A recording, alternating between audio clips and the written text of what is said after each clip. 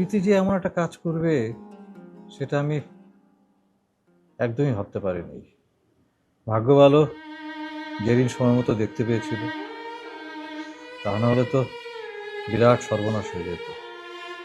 দুলা ভাই, প্রীতির বিষয়টাতে আমাদেরকে অনেক সাবধান হতে হবে, আর খুব সাবধানে ডিল করতে হবে। ওকে সব সময় চোখে চোখে রাখতে হবে, বুঝছেন?